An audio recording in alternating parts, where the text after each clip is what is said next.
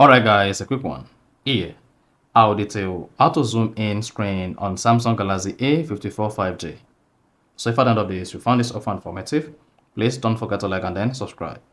So the first thing you want to do is go ahead and open the settings app on your Samsung Galaxy A54 5G. On the settings page, scroll down, locate and click on display.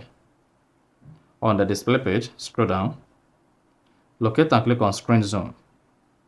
Now to zoom in, click on the plus button. So this is going to make the screen bigger. You see that? So it's going to make the text on your screen bigger.